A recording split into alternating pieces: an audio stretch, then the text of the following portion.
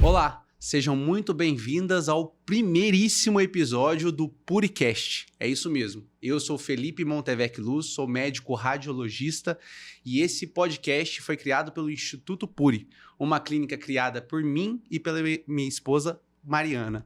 O grande objetivo desse podcast aqui é ajudar você a desmistificar a endometriose, ajudar você que não sabe que tem endometriose, ajudar alguém que possa ter endometriose.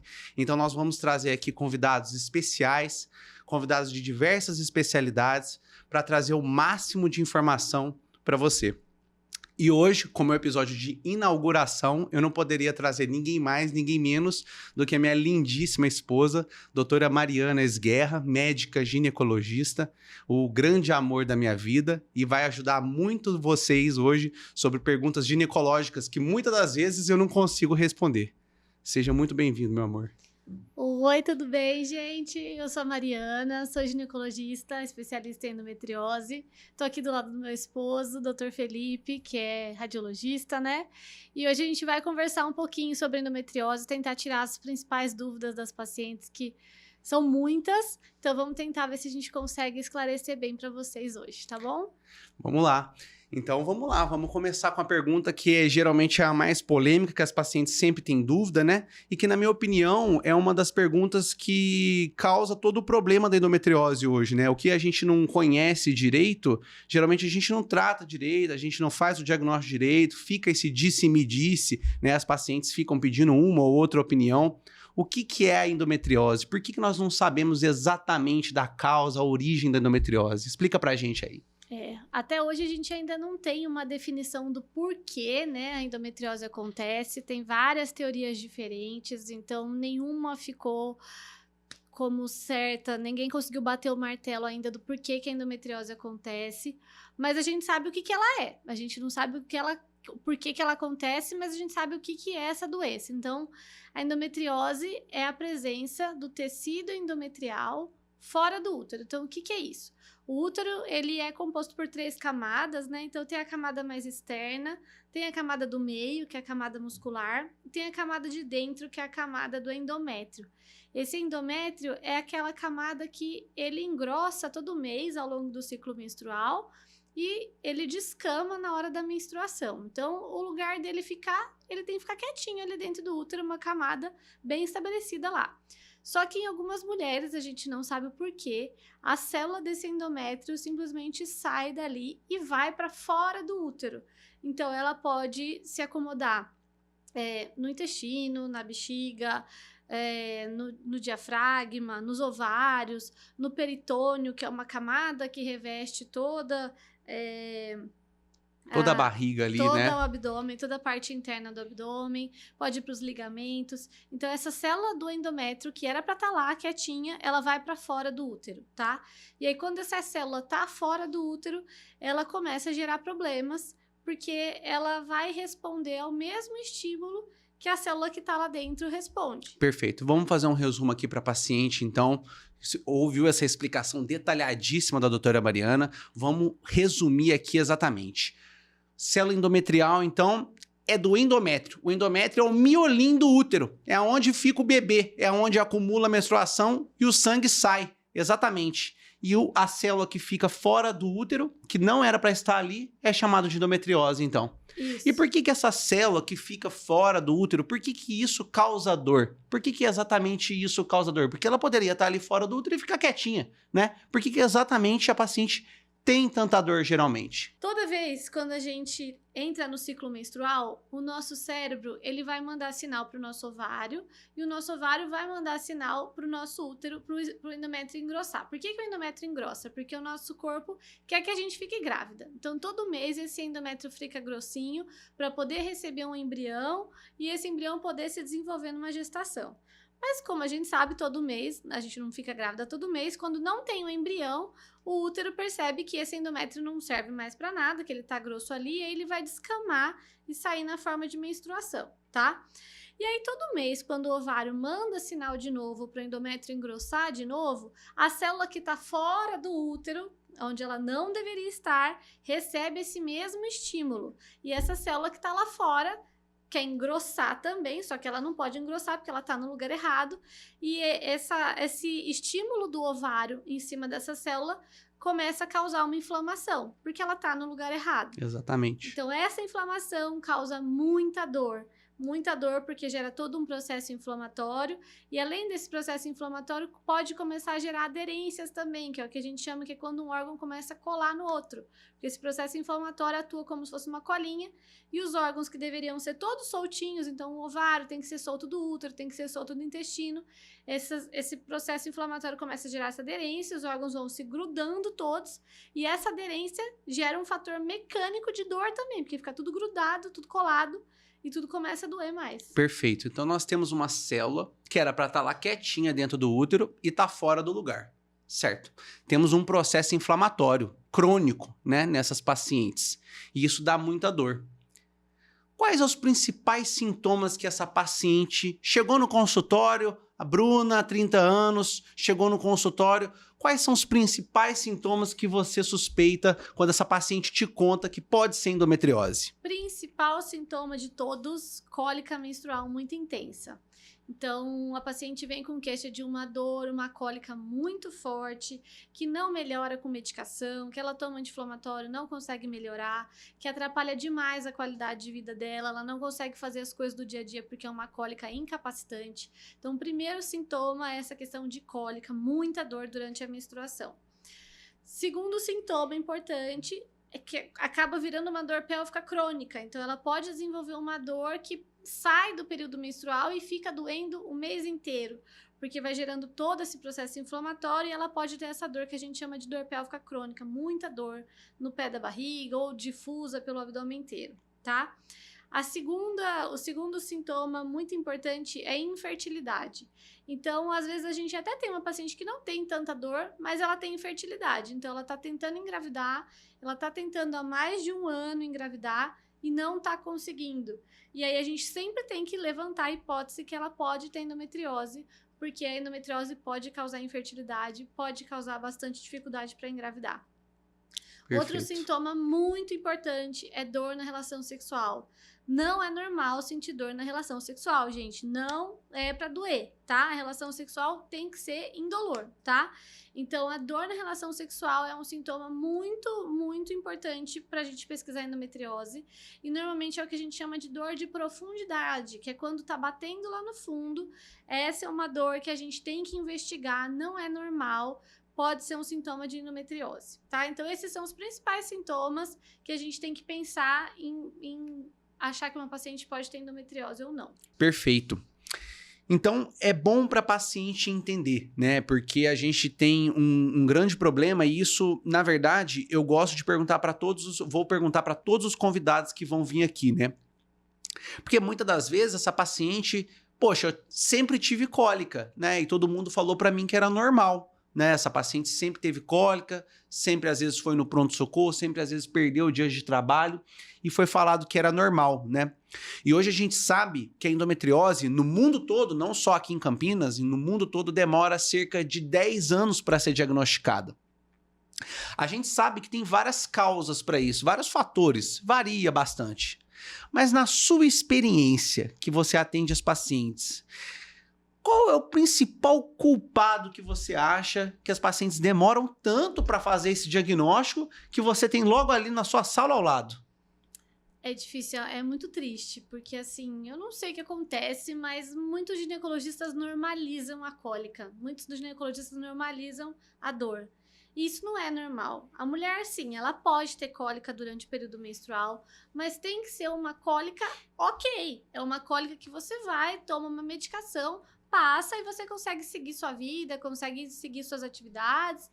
Tudo bem, pode acontecer a cólica, mas é para ser controlada. Agora, quando a paciente tem uma cólica, que ela toma uma medicação, a cólica não passa, ela precisa ficar deitada de cama, não consegue trabalhar, não consegue estudar, isso não pode de maneira alguma ser considerada normal e infelizmente a gente ainda tem alguns ginecologistas que consideram isso normal E isso é um completo absurdo, porque Perfeito. não existe isso. A gente tem que investigar. Cólica muito forte não é normal. A gente tem que investigar, porque pode ser endometriose, podem ser outras doenças também, mas tem que ser investigado, não dá pra gente deixar passar batido. Perfeito.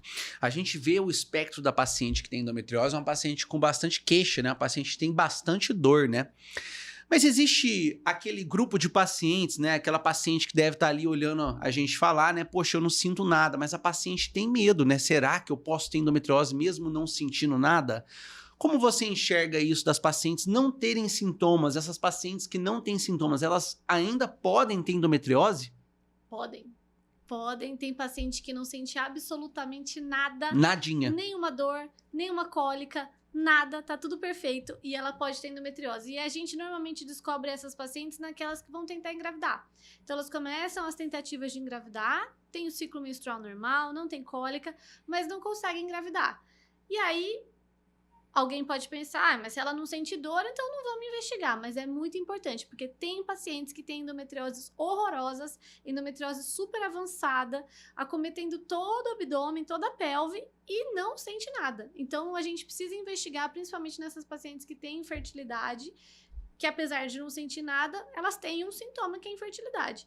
Então, a gente tem que investigar, porque sim, pode acontecer. Por um lado, essas pacientes dão sorte de não sentirem dor, mas por outro, é uma coisa importante da gente investigar, porque pode estar causando outros problemas, como a infertilidade. Perfeito, mas isso é um sinal de alerta muito grande se você for parar para pensar, principalmente nas minhas pacientes, que são pacientes que se programam para engravidar depois dos 30, né? Depois ali na casa dos 35, a paciente está trabalhando, né? Muitas das vezes ela deixa para engravidar depois, ela deve estar pensando, meu Deus, como que eu vou deixar para diagnosticar isso lá com 35 anos, né? Lá com 34 anos, já na zona de risco ali, né? Que essa paciente vai começar a perder a sua reserva ovariana, já vai ficar difícil para ela engravidar, né? Qual orientação que você dá? Como que você maneja esse tipo de paciente? Um recado para esses pacientes que estão se planejando, que querem ser mães, como lidar com isso? É muito importante a gente fazer um planejamento reprodutivo, isso é fundamental. Então, toda paciente que senta no meu consultório, independente da idade que ela tem, eu já pergunto para ela, você tem vontade de engravidar? Sim ou não? Não tem vontade de engravidar? Tudo bem, cada um segue sua vida, não tem problema nenhum. Ou não, tenho vontade de engravidar. Com quantos anos, mais ou menos, você planeja engravidar? Eu sempre oriento que, assim, antes dos 35 é a melhor idade, porque depois dos 35 a gente tem uma queda muito brusca na nossa reserva ovariana, então começa a ficar muito mais complicado de engravidar depois dos 35, né? Se ela já fala pra mim assim, não, eu tenho vontade de engravidar, mas eu quero engravidar só com 38, 39 anos, não tô a fim de engravidar agora. Daí é uma coisa que a gente tem que se planejar sim, antes dos 35, tentar fazer.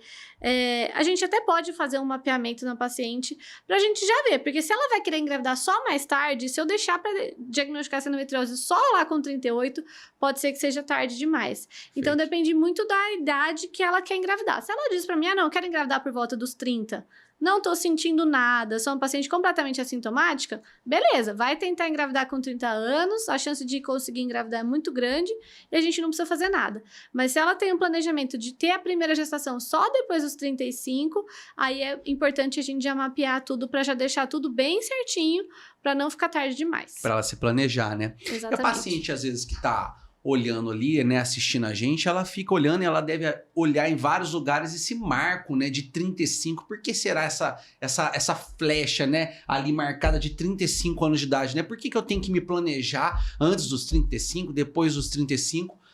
Não vamos entrar no quesito de fertilidade a fundo aqui não, mas só para a paciente entender o que acontece com o corpo da mulher depois ali dos 35 anos, por que tem essa divisão tão certinha de orientação para as pacientes, só para a paciente entender um pouquinho por cima essa parte.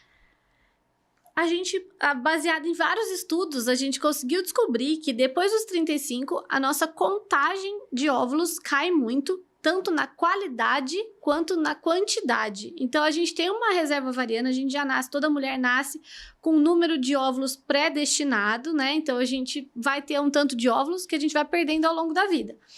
Só que depois dos 35, essa quantidade ela cai muito, então a gente tem baixa quantidade de óvulos e a gente tem baixa qualidade de óvulos. Então, ruim e pouco. Então, a gente tem que saber que a gente tem que se planejar, porque depois dos 35, realmente fica mais complicado. Não significa que é impossível, lógico, tem várias pessoas que do nada, aos 38 anos, engravidam sem querer, e tudo bem. Mas se a gente pudesse planejar, antes dos 35 é a melhor idade. E aí, se você fala, não quero engravidar antes dos 35, também... A gente vai ter um próximo episódio no podcast depois para falar mais sobre isso, mas você pode se planejar para congelar os seus óvulos. Porque daí você congela seus óvulos por volta de 30 anos, né? Antes dos 35, deixa seu óvulo jovem congelado, que daí quando você tiver 38, 39, você usa esse óvulo, que daí a chance de você conseguir engravidar é muito maior. Exatamente. E um último ponto para as pacientes entenderem, né, sobre essa questão que é sempre a mais questionada de todas, né? Que é a endometriose e essa dificuldade para engravidar, né? Por que a endometriose por si só causa dificuldade para engravidar? Por que essa paciente tem endometriose, igual você muito bem disse, tem os foquinhos ali fora do útero, tá no intestino, tá na bexiga? O que tem a ver? Por que essa paciente pode ter dificuldade para engravidar, que a gente sabe que gira em torno de 50% a 60% dos casos? O que você acha? A endometriose, ela atrapalha por vários fatores. Então, um dos fatores é esse fator que a gente chama de aderência, que é aquele que a gente falou, que um órgão vai começando a grudar no outro. Então, as trompas, elas ficam meio grudadas, ficam meio distorcidas, o ovário fica grudado ali. Então, um fator é o fator mecânico da aderência, de estar tudo meio distorcido, a anatomia distorcida. Então, não consegue, o embrião e o espermatozoide, o óvulo não conseguem seguir o seu caminho normal, porque está tudo retorcido, não está normal. Segundo fator, pelo próprio processo inflamatório. Então, todo esse processo inflamatório crônico que acontece ali na pelve acaba por atrapalhar muito a qualidade do óvulo. Então, a paciente com endometriose tem um óvulo de qualidade pior. Então, esse óvulo tem mais dificuldade para ser fecundado de se tornar um embrião. Então, isso vem por conta do processo inflamatório. Esse processo inflamatório também vai atrapalhar a trompa, porque eu não sei se vocês sabem, mas a fecundação acontece na trompa, não no útero, né? Então, dentro da trompa, a gente tem umas células que elas ficam batendo assim, para que o óvulo consiga caminhar e encontrar junto. O óvulo não caminha, né? Mas a célula vai batendo para que o óvulo ande e consiga encontrar ali com o espermatozoide. E esse processo inflamatório faz com que essas células fiquem mortas, fiquem meio bobas, não conseguem transportar direito o óvulo e aí atrapalha na fecundação também. E a gente sabe também que a endometriose pode atrapalhar ali na receptividade do endométrio, porque o endométrio que está no lugar certo, né, o endométrio que está ali dentro do útero, ele tem um monte de mecanismos para ajudar ali na recepção da fecundação. O endométrio também pode ficar meio alterado por conta desse processo inflamatório. Então, são vários fatores que podem atrapalhar, mesmo que você tenha endometriose só no intestino. É muito raro, mas mesmo que você tenha endometriose só no intestino, mas eu não tenho endometriose no ovário, não tenho endometriose na trompa, não tenho endometriose no útero. Mas essa endometriose do intestino gera o processo inflamatório que vai afetar o seu óvulo, que vai afetar a sua trompa, que vai afetar o seu útero. Então, qualquer tipo de endometriose, mesmo a menor que seja, mesmo que não envolva diretamente o útero e as trompas, ela pode atrapalhar e causar infertilidade. Ótimo, perfeito. Então, nossa paciente já sabe o que é endometriose, já sabe os sintomas, já está se preparando para engravidar, já sabe mais ou menos o que tem que fazer. E aí, ela chegou lá no consultório. Como fazer o diagnóstico dessa paciente, né? Como realmente bater o martelo nessa paciente? Não, essa paciente tem endometriose. Beleza, agora nós vamos para o próximo passo. O que você faz, geralmente? Como que você faz o seu raciocínio? Eu vou contar como é que faz, mas aí você que vai me contar direitinho como é que funciona cada um dos exames, né? Mas a primeira coisa mais importante é fazer o exame correto, fazer o exame certo para a gente poder ter um diagnóstico. Então, as duas possibilidades de diagnóstico são o ultrassom com preparo intestinal com um médico especialista que esteja acostumado a diagnosticar essa doença. Não adianta fazer um ultrassom com preparo intestinal com um médico que nunca viu uma doença dessa, porque não vai adiantar de nada. Ou a ressonância magnética. E aí eu repasso essa pergunta para você me explicar melhor as diferenças entre o ultrassom com preparo intestinal e a ressonância.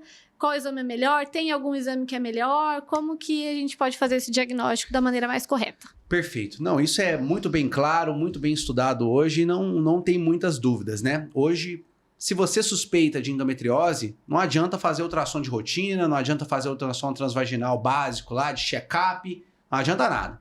Você tem duas soluções. Ou ultrassom especializado com preparo intestinal, ou a ressonância magnética com preparo intestinal, né? Hoje, a gente sabe muito bem que o ultrassom com preparo intestinal é um método melhor que a ressonância magnética por geralmente dois grandes motivos, né? O ultrassom ele tem a capacidade de estudar melhor as lesões intestinais, né? E algo que é totalmente indispensável na medicina, né? Que é ter a paciente ali do seu lado, né? Você conversar com o paciente, você entender as queixas da paciente, você ver se tem algo aderido ou não, você consegue mexer. Então, hoje o ultrassom, Dinâmico, né? ele performa superior à ressonância magnética, né? E quando as pacientes vêm com ultrassom transvaginal de rotina, né? Vai fazendo numa clínica, veio lá ultrassom normal, né? Mas a paciente está com sintoma ainda, né? Ela tem dor, né? Mas veio com ultrassom transvaginal, que não foi com preparo intestinal, aquele de rotina básico, normal. Como que você fala com ela? Como que geralmente você faz? O ultrassom transvaginal normal definitivamente não exclui o diagnóstico de endometriose, né? Então, se você fez um ultrassom transvaginal sem preparo intestinal, a chance dele vir normal é gigantesca. Então, não tem como excluir. A gente sempre tem que fazer ultrassom com preparo intestinal, com um médico especialista que esteja acostumado a lidar com essa doença. Então, o ultrassom transvaginal normal serve para a gente ver outras coisas, mas não serve para ver endometriose. Não faz diagnóstico. Exatamente. Um recado importante também, que já é mais minha opinião, né? Hoje, a ressonância magnética, ela tem se tornado... É um bom método, né? É um ótimo exame para fazer o diagnóstico da endometriose, mas, na minha opinião, é um exame que tem se banalizado bastante. Tem abrido qualquer cliniqueta aí em esquina, qualquer médicozinho querendo laudar a ressonância, e assim como qualquer doença, quem não é especialista acaba prejudicando a vida da paciente, é o que a gente tem muito visto. Laudos de ressonância magnética normal, inespecíficos, inconclusivos, né? E a paciente continua com dor, né? Esse é um receio muito grande da gente. Então, a gente pode, né? Tem paciente que faz a ressonância e vem normal, mas na verdade ela tem endometriose, né? Porque Exatamente. depende de quem lauda. Perfeito. Hoje a ressonância magnética, assim como o ultrassom, né, com preparo intestinal, depende de quem lauda, depende de quem tá lá, ó, escrevendo o seu laudo, depende de quem vê, né? Então não adianta nada fazer ressonância magnética e o rapaz lá, o médico lá, foi especialista em endometriose, é o famoso faz tudo, né? Não vai adiantar nada, vai atrasar a sua vida, né? Então hoje é muito importante que quando tem uma doença séria como a endometriose, né, você busque realmente clínicas e profissionais especialistas na doença, né, para você não perder seu tempo e nem seu dinheiro, né? Exatamente. Certo? Exatamente. Beleza? Vamos mudar o assunto aqui um pouquinho para as pacientes mais mocinhas, né, que a gente tem visto bastante diagnóstico feito em pacientes adolescentes, né, pacientes mais jovens, e geralmente é a história que a paciente conta, né, eu tenho cólica desde quando eu menstruei, né, desde os meus 12 anos eu tenho cólica, todo mundo falou que era normal, ia no pronto-socorro e nada. Pode ter endometriose em mocinhas, em adolescentes? Como que geralmente você faz esse raciocínio dessas pacientes que são mais mocinhas? Pode, super pode. É mais raro, tá? A maioria das pacientes que têm endometriose, elas têm uma faixa etária um pouco mais alta, por volta dos 30 anos, mas cada vez mais, atualmente, a gente vem descobrindo pacientes mais jovens, mais novas, que também têm endometriose. Então, o raciocínio é mais ou menos o mesmo. A paciente vem e me fala que tá com uma cólica insuportável, que tá afetando a qualidade de vida. Não é porque ela é adolescente que ela tá isenta do risco de ter endometriose. Então, a gente tem que pesquisar da mesma maneira.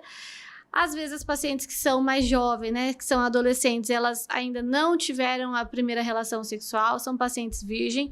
Então, aí a gente tem algumas alternativas para fazer o diagnóstico. A gente não vai poder fazer ultrassom transvaginal com preparo intestinal. A gente pode fazer ou a ressonância magnética, porque daí a gente não vai precisar introduzir nada dentro da vagina, ou a gente pode fazer ultrassom transretal, que a gente vai colocar o transdutor ali pelo ânus. Não é um exame extremamente confortável, então para as adolescentes eu costumo que não tiveram relação sexual ainda, ou até paciente mais velha, né? Paciente mais velha que ainda não teve relação, que é uma paciente virgem, a gente faz aí pela ressonância magnética para não ter que fazer a introdução de nada, para não... Perfeito, concordo 100%. E é importante a gente falar do preparo intestinal, né? Que as pacientes, às vezes, elas questionam a importância do preparo intestinal, né? Que é chato, né? Se incomodam, né? Mas o preparo intestinal é importante, né? Justamente para deixar o intestino bem limpinho, né? Ele deixa o intestino bem limpinho e isso permite que a gente detecte até pequenos focos. Faz com que a gente consiga ter uma visualização melhor da endometriose. Porque a endometriose acontece ali atrás do útero, geralmente. E o intestino passa bem ali naquele local. Então, estando bem limpinho ali, a gente consegue ver muito bem essa parte. E como que faz o preparo intestinal? Conta pra gente. O preparo intestinal não é aquele terrível, né, que faz geralmente para colonoscopia, né, que você passa a noite, né, é complicadíssimo. Né? Mas não é tão bom também não, certo? É ruim, mas não é tão bom também, né? Ele começa um dia antes, né? Você vai tomar 2 comprimidos, né, do famoso Bizacodil de manhã, às 8 horas da manhã, e outros 2 comprimidos ao período da tarde, às 14 horas. Isso vai fazer com que você tenha bastante evacuações ao longo do dia anterior ao exame. Antes desse exame, você vai fazer uma dieta, né, bem leve, né? E 1 hora antes do exame, antes de você ir para a clínica, você vai aplicar em você mesma o fosfoenema, né? Que é um líquidozinho que vem num tubo e vai aplicar via retal para deixar o intestino bem limpinho. E isso vai fazer que a qualidade do exame aumente demais. Combinado? E se a paciente tiver alergia ao Bizacodil? Se a paciente tiver alergia ao Bizacodil, porque é exatamente uma pergunta importante, né? Tem pacientes, né? Às vezes não é necessariamente alergia ao Bizacodil, uma paciente teve uma má experiência com o Bizacodil, né? Ela teve uma má experiência com o Bizacodil, tá tudo bem. A gente geralmente substitui pelo Moonvilax, né? Que é um sachêzinho que dilui, parece um suco, né? Não muito agradável, né? Mas você vai substituir pelo Bizacodil e o Moonvilax também vai muito bem. Um pouquinho mais caro, mas geralmente dá menos cólica, é melhor. São 2 alternativas possíveis aí para fazer o exame. E o preparo, ele dá muita diarreia? O preparo faz com que você vá bastante no banheiro. Ele é um preparo bem eficaz. Então, tem pacientes que vão mais ao banheiro, tem pacientes que vão menos ao banheiro. Cólica, dor, varia de bastante paciente para paciente. Não é toda paciente que sente cólica nesse preparo intestinal, mas você vai bastante ao banheiro. Então, é importante, quando você vai fazer o exame com preparo intestinal, se programar para você no dia anterior tá mais tranquila, né? Às vezes levar um atestado no trabalho, né? Às vezes se programar um dia que você tá mais de boa, né? Para você poder fazer esse exame sem muitas intercorrências. Certo. Combinado? Combinado.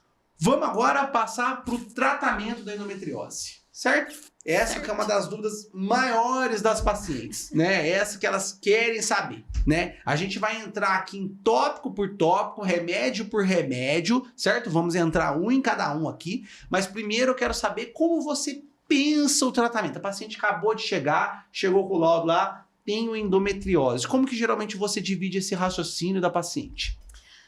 Primeira coisa, as endometrioses definitivamente não são todas iguais, né? Tem vários tipos de endometriose, tem várias apresentações diferentes de endometriose. Então, tem endometriose pequena, a maioria é profunda, né?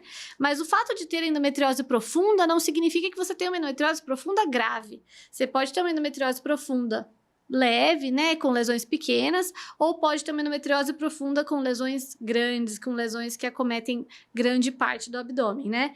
Então, o tratamento depende de individualizar cada paciente, obviamente, não é o mesmo tratamento para todo mundo. E a primeira coisa que a gente tem que saber de mais importante é: você quer engravidar agora ou você não quer engravidar agora? Seu planejamento, não, eu quero engravidar agora pelos próximos meses, ou não, eu quero engravidar daqui 3, 4 anos. Então, isso é fundamental, porque a gente tem alguns tipos diferentes de tratamento. Basicamente, os 2 principais tipos é o tratamento hormonal, que a gente fala de tratamento clínico, que é o tratamento medicamentoso, e tem o tratamento cirúrgico. Então, se a paciente fala para mim que quer engravidar, eu não vou poder fazer nenhum tipo de tratamento hormonal, porque todos os tratamentos hormonais bloqueiam a possibilidade dela engravidar. Então, tá totalmente contraindicado o tratamento hormonal. Aí a gente tem que pensar se a gente vai precisar fazer um tratamento cirúrgico agora, ou se a gente pode tentar fazer um tratamento conservador de, na verdade, só fazer uma mudança no estilo de vida, atividade física e deixar essa paciente tentar engravidar e ver o que acontece. Muitas delas engravidam e pronto, daí ela engravida e depois que tiver o bebê a gente vai pensar nesse tratamento. Então, o tratamento ele pode ser dividido em vários tópicos, a gente vai falar agora sobre um por um, Mas é basicamente isso, a gente tem que individualizar, tem que saber a idade da paciente, tem que saber a localização da endometriose, tem que saber se ela tem desejo de engravidar agora ou não. Então, é muito, muito individual. A gente tem que definir várias coisas para poder programar o tratamento. Perfeito. Vamos entrar num cenário mais comum, certo? Vamos entrar num cenário comum. Vamos entrar num cenário que a paciente não vai engravidar por agora, certo? O paciente acabou de diagnosticar, não vai engravidar. E também é o caso mais comum que não é cirúrgico. A maioria dos casos não é cirúrgico, pelo menos de cara, né? Então, inicialmente, essa paciente não quer engravidar e não é cirúrgico. Como que é o tal do tratamento clínico dessa paciente? Como que é o tal do tratamento hormonal? Como que começa? Qual que é o remédio, o melhor remédio? Qual que é o tratamento de primeira linha para essa paciente? Como que é feito o tratamento hormonal, né? O tratamento hormonal nada mais é do que bloquear o ovário. Então, a gente vai usar medicações para bloquear o ovário, deixar o ovário quietinho, para ele parar de produzir o hormônio que está ativando o foco de endometriose, tá? Então, esse tratamento hormonal, ele pode ser feito de diversas maneiras. Então, a gente pode fazer o tratamento com pílulas anticoncepcionais, a gente pode fazer o tratamento com injetáveis, a injeção mensal ou injeção trimestral, a gente pode fazer o tratamento com adesivo, com anel vaginal, com implanon, que é aquele que fica no braço. Então, qualquer tipo de tratamento hormonal vai servir para bloquear o ovário vai parar de estimular o foco de endometriose, vai diminuir esse processo inflamatório e vai melhorar bastante a dor da paciente.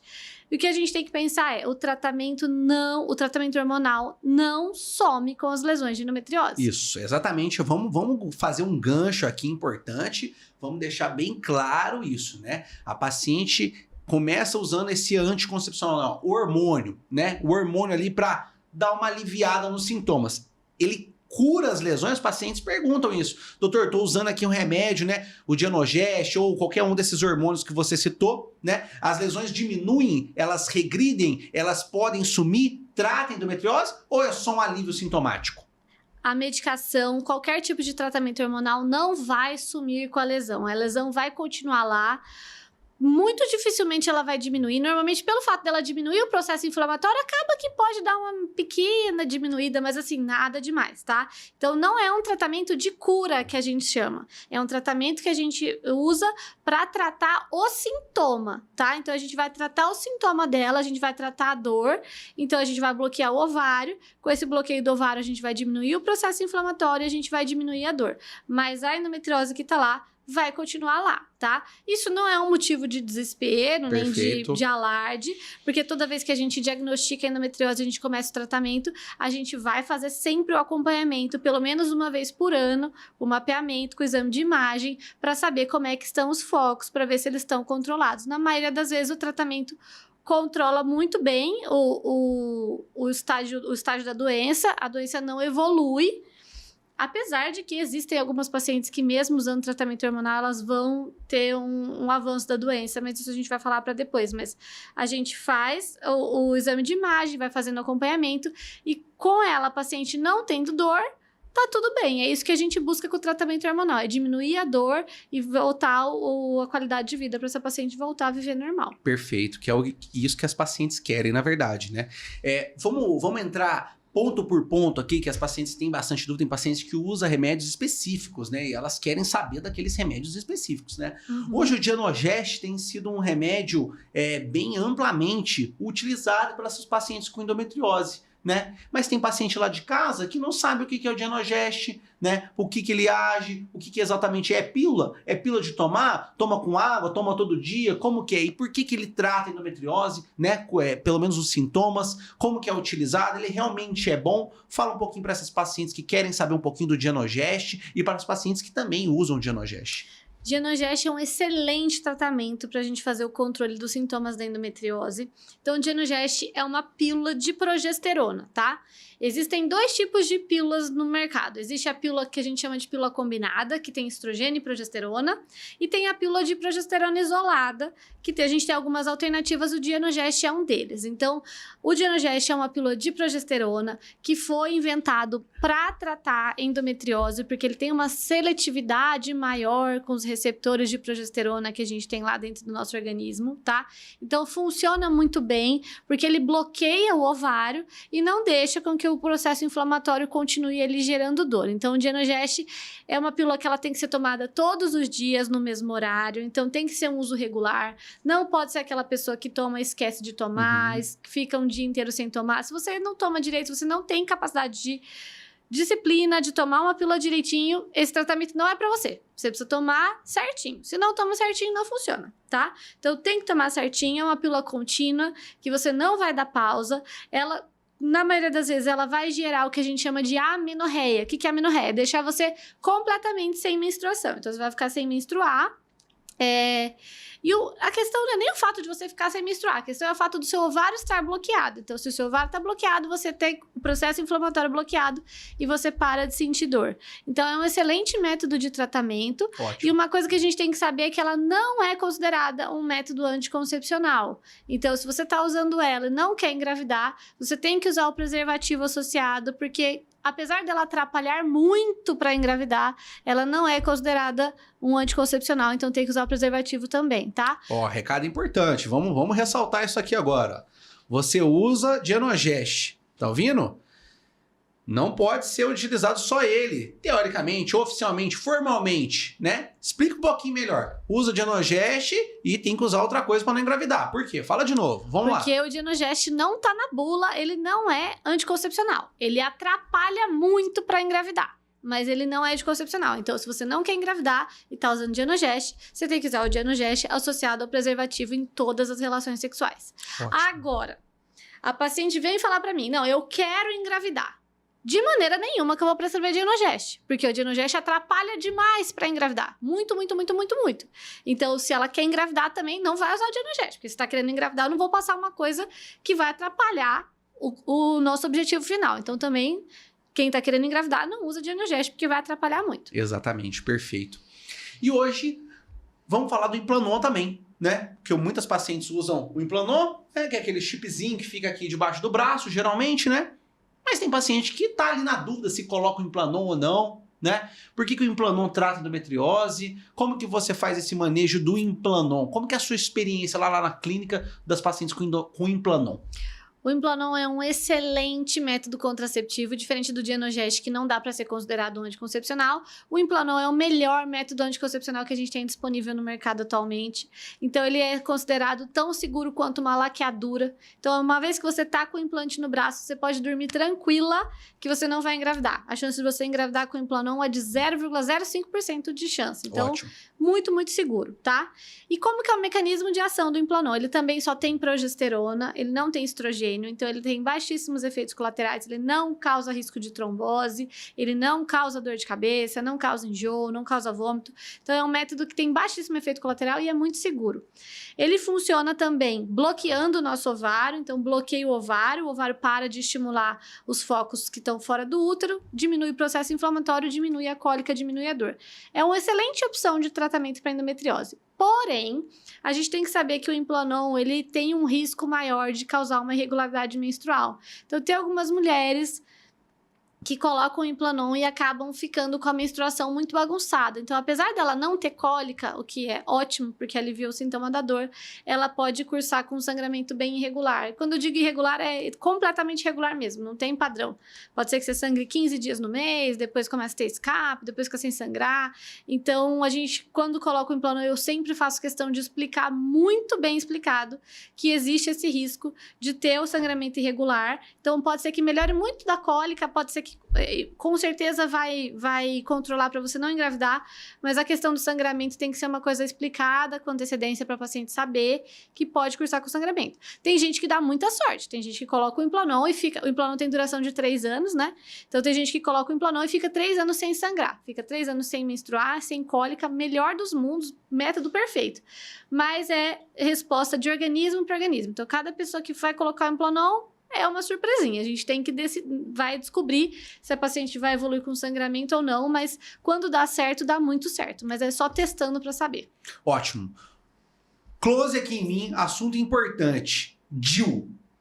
assunto mais badalado do momento, né? A maioria das pacientes aí usam DIU, né? E a paciente que tem endometriose fica preocupada, né? Será que o meu DIU tá melhorando os meus sintomas? Trata endometriose? Tenho que tirar o DIU com endometriose, né? E a gente sabe que existem vários DIUs.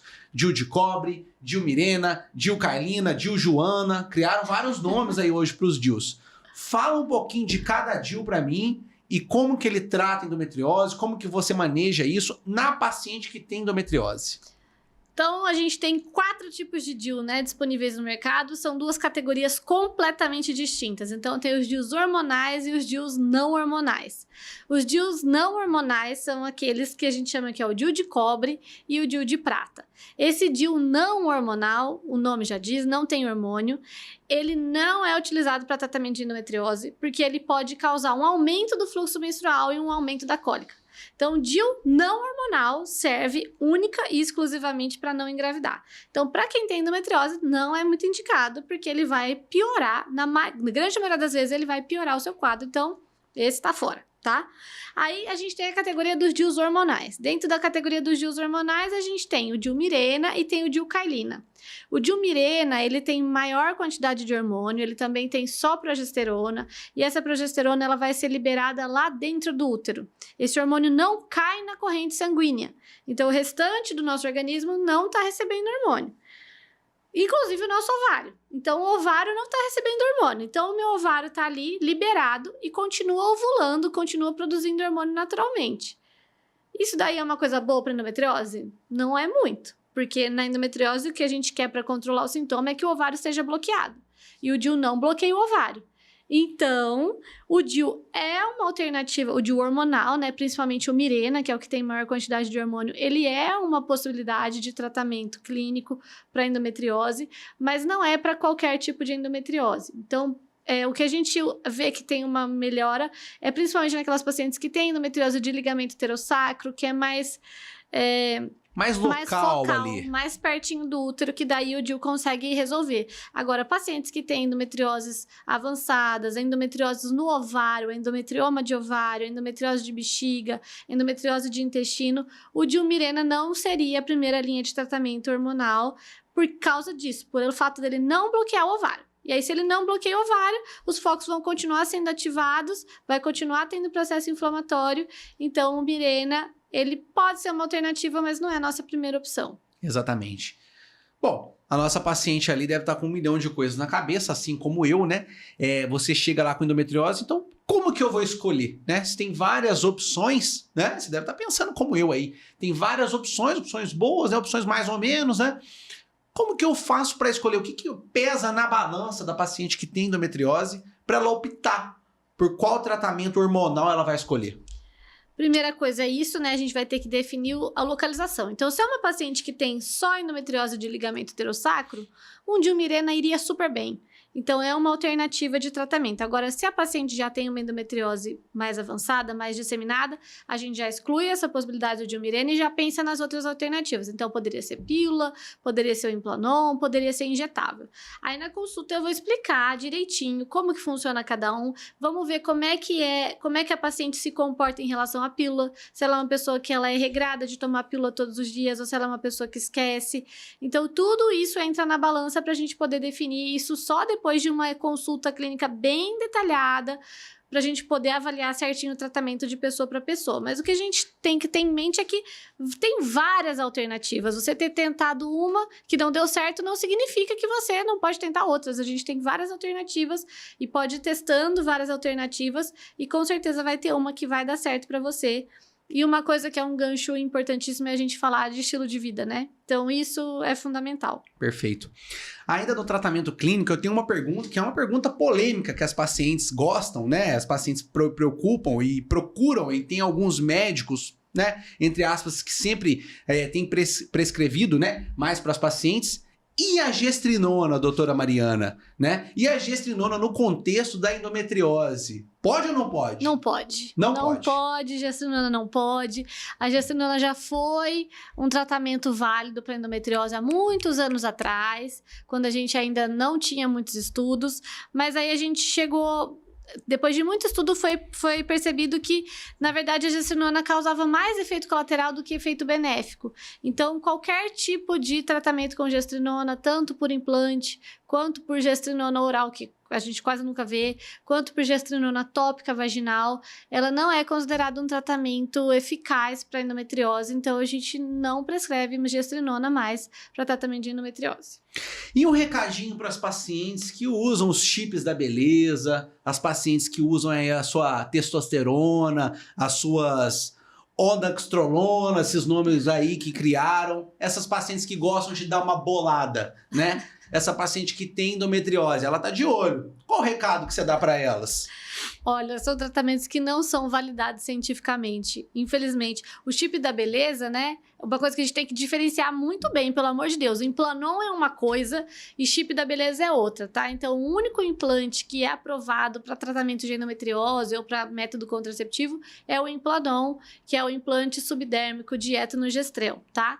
O que a gente tem aí pelo mercado, né, que é o chip da beleza. Normalmente ele é um chip de gestrinona, que não é indicado, nem chip de gestrinona, nem chip de testosterona, nem reposição de testosterona com gel, nem nada disso é indicado para tratamento de endometriose, porque não tem validação científica nenhuma, tem muito mais efeito colateral do que efeito benéfico. Então, infelizmente, não temos validação científica para usar isso no tratamento de endometriose atualmente. Você tá me ouvindo aí? Abre o seu olho, tá ouvindo? Nós aqui no Instituto Puri, ó, aqui no podcast, nós somos totalmente contra esse tipo de coisa que não tem validade científica, tá ouvindo? Beleza? Fica ligado, hein? Ainda no tratamento clínico, finalizando pra gente partir pro tratamento cirúrgico. A paciente que ela quer engravidar e a gente não pode usar hormônio nela, né? Ela quer engravidar. Como que você vê a questão da orientação nutricional, a questão da atividade física para essas pacientes? O que hoje a gente tem de atividade física? Qual o peso na balança desses dois componentes na melhora sintomática da paciente com endometriose que não pode usar hormônio? Qualquer paciente com endometriose tem que ter uma mudança no estilo de vida. Qualquer. Tanto a que quer engravidar quanto a que não quer engravidar.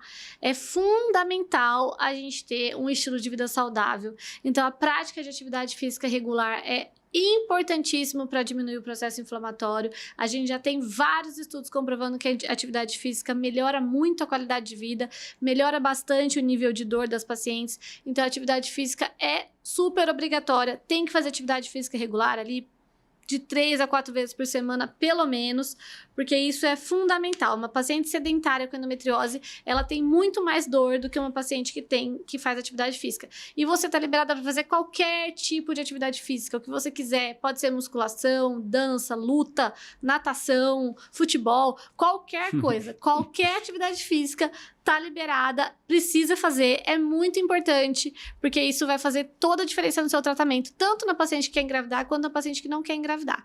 Então, a atividade física é fundamental. E a alimentação saudável também é muito fundamental. Então, a gente não tem nenhuma restrição específica para paciente que tem endometriose. Então, tem muita gente que fala que não pode comer lactose, que não pode comer glúten, mas isso não tem a ver com endometriose. Se você é uma pessoa sabidamente alérgica ao glúten e à lactose, aí você não pode comer. Mas se você é um paciente que nunca teve problema com glúten e lactose, pode comer. O que você não pode comer? Açúcar. Açúcar branco. Porcaria. Então, açúcar branco que tá aí nos doces, nos chocolates, no sorvete. Frituras. Biscoito, bolacha recheada, fritura, salgadinho. Tudo que é gostoso. Embutido. Né? Embutidos. Tudo que tem conservante, tudo que tem aquele monte de estabilizante, faz mal para endometriose porque aumenta o processo inflamatório. Então, eu sempre falo para paciente ler, quando vai comprar um produto industrializado, leia nos ingredientes para ver o que tem de ingrediente ali. Se tiver um monte de conservante, um monte de açúcar, vai fazer mal. Então, assim, o ideal é que se alimenta normal, a comida é normal. Então, assim, arroz, feijão, carne, salada, frutas. Se você comer coisas que não são embaladas, coisas da natureza, a chance de você ter um controle melhor da dor é muito grande, porque açúcar, fritura, conservante faz muito, muito mal para o processo inflamatório, piora demais a dor. Interessante, né? Muitas pacientes me mandam mensagem, né? Falando, doutor, eu fiz tal coisa, eu uso tal coisa, não melhora, eu tenho sintomas, não melhora. Mas para pensar que difícil que é, né? Olha quanta coisa envolve para realmente ter uma melhora sintomática, né? Passa por tratamento hormonal, passa por nutrição, passa por atividade física, né? Então, assim, é um tratamento realmente multidisciplinar que nós temos que olhar para paciente com endometriose. Então, não adianta ela só fazer, às vezes, uma coisinha ou outra que não vai resolver, né? Pegando esse gancho ainda do tratamento multidisciplinar, né? Algumas pacientes que acompanham com a gente fazem, né? Como que você vê a fisioterapia pélvica, né? Como que você vê essa área da fisioterapia pélvica que vem crescendo bastante, né? E vem sendo usada nas pacientes. Explica um pouquinho para a paciente quando que ela vai utilizar a fisioterapia pélvica, como que é mais ou menos, né? E como que pode melhorar, o que que melhora, o que que não melhora. Fisioterapia pélvica é um excelente tratamento que a gente usa para paciente que tem dor na relação sexual, principalmente. Ela também pode ajudar na questão da dor pélvica crônica, mas a paciente que tem dor na relação sexual, sempre, toda paciente minha que tem dor na relação sexual, eu vou encaminhar para fisioterapia pélvica, porque elas são profissionais capacitadas para isso, para fazer toda uma avaliação do seu períneo, para fazer a avaliação de como que tá ali o processo de contratura, se tá tendo muita inflamação. Elas fazem várias técnicas de liberação para melhorar muito essa questão na dor na relação. Então, a fisioterapia pélvica é uma aliada importantíssima, fundamental em pacientes que têm dor na relação sexual e faz muita diferença. Uma pergunta que é uma dúvida minha, que eu sempre tenho, né? Uma das causas de cirurgia, né? Porque a paciente quer saber quando que ela vai operar, né? Tem paciente que é desesperado, quer operar, tem paciente que não tem. Uma das grandes causas de cirurgia, né, é a falha do tratamento clínico, né? Que é isso? A paciente que usa o remédio, usa o tratamento hormonal, faz isso tudo que a gente tá fazendo e não melhora, né? Como que é o seu feeling disso? Como que você faz isso na prática? Como que você indica cirurgia numa paciente que tem esse falha desse tratamento clínico?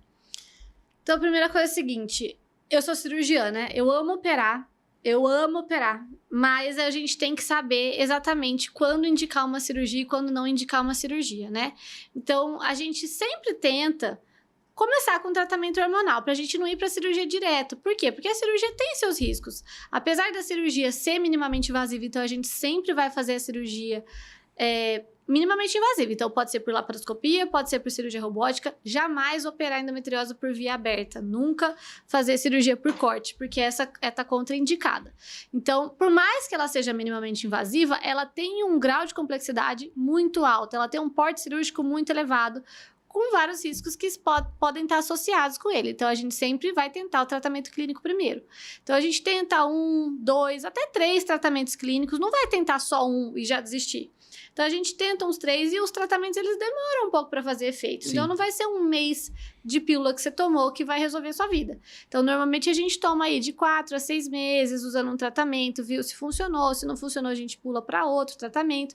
Não funcionou, aí a gente pensa em cirurgia, que é uma opção super válida para quem tem endometriose, né? Mas a gente tem que avaliar muito o desejo da paciente, ver como é que ela tá, ver se ela mudou o estilo de vida também, porque só a cirurgia também, se a gente fizer a cirurgia e depois da cirurgia a paciente voltar a ter uma vida desregrada, se alimentar mal, não fazer atividade física, pode ser que a endometriose volte, porque existe essa possibilidade. Pera aí então, vamos fazer um corte aqui, né? Vamos fazer uma pausa aqui, pera aí. Veja só.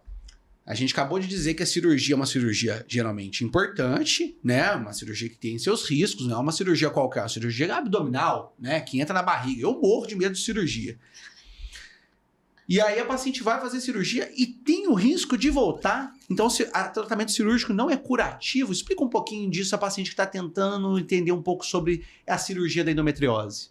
Primeira coisa, a cirurgia tem que ser feita com uma equipe especializada em endometriose. Tem muita gente por aí que faz cirurgia de endometriose com um médico que às vezes nem ginecologista faz com cirurgião geral, que não tira corretamente as lesões, e aí o tratamento fica incompleto. Então, você precisa fazer a cirurgia com uma pessoa, com um cirurgião que saiba o que está fazendo, que saiba tratar a endometriose corretamente. Então, na cirurgia, a gente vai retirar todos os focos de endometriose, a gente não pode deixar nenhum foco para trás. Então, todos os focos que são visíveis ali, a gente vai conseguir retirar. E aí, esses focos foram tratados / curados. Então, esse foco eu consegui tirar. tá? Só que nada impede que daqui a alguns anos se formem novos focos. A chance é pequena, não é uma chance muito grande. Na maioria das vezes a cirurgia, ela tem um fator curativo aí, mas não tem como a gente jurar por Deus. Ela pode sim surgir novos focos no futuro, tá? Então, por isso que a gente tem que pensar muito bem em relação à cirurgia, porque ela não é o bambambam da história, ela não é o número 1. A gente muitas vezes consegue fazer o tratamento sem a necessidade da cirurgia e fazer um controle muito bom de dor e não precisar dessa cirurgia. Mas lógico, quando precisa, quando ela é bem indicada, ela é um excelente tratamento que tem tudo para ajudar a paciente a melhorar dessa dor. Ótimo, perfeito. Ótima conversa de hoje, as pacientes com certeza saem daqui mais esclarecidas. Eu quero que você deixe um recado para as minhas pacientes, aquelas pacientes que estão seguindo o nosso canal, as pacientes que estão buscando o seu diagnóstico, que muitas vezes procuram 1, 2, 3 opiniões, as pacientes que têm as suas queixas ignoradas, as pacientes que têm perca de trabalho, perde o dia de trabalho, têm a qualidade de vida alterada. O que você deixa de mensagem para essas pacientes que estão buscando fazer o seu diagnóstico? Sentir dor não é normal, gente. Não é normal você ter uma cólica insuportável, incapacitante, que atrapalha a sua qualidade de vida. Então, busque alguém que esteja acostumado, alguém que seja especialista em endometriose, porque sim, tem tratamento, dá para você ter uma qualidade de vida boa, dá para você se sentir bem, dá para você conseguir engravidar, mesmo tendo endometriose. Então, assim, não aceite esse tipo de médico que vai falar para você que é normal ter cólica, que é normal ter dor na relação. Você tem toda a chance do mundo de conseguir ter uma qualidade de vida boa. A gente pode controlar a sua doença tanto com tratamento hormonal, se for preciso fazer o tratamento cirúrgico, a gente faz tratamento cirúrgico também, mas não fique passando dor, não fique passando por isso. Vá em algum profissional que dê valor para sua queixa, que esteja considerando que você está sofrendo, porque a gente tem várias alternativas para acabar com isso e você voltar a ter qualidade de vida. Ótimo, perfeito. Agradeço a presença da minha linda esposa aqui hoje no primeiro episódio do Puricast, um episódio histórico, e eu só tenho a agradecer a vocês, pacientes. Esse podcast é feito, pensado para vocês, para trazer o melhor da informação para vocês. Não deixe de se inscrever no nosso canal, para cada vez vocês receberem mais esse tipo de conteúdo. E um recado importante para você. A endometriose acomete quase 1 a cada 10 mulheres na idade reprodutiva. Pode não ser você, mas pode ser alguém com certeza que você conhece. Esse foi o primeiro episódio do podcast. Muito obrigado e até a próxima. Tchau, tchau.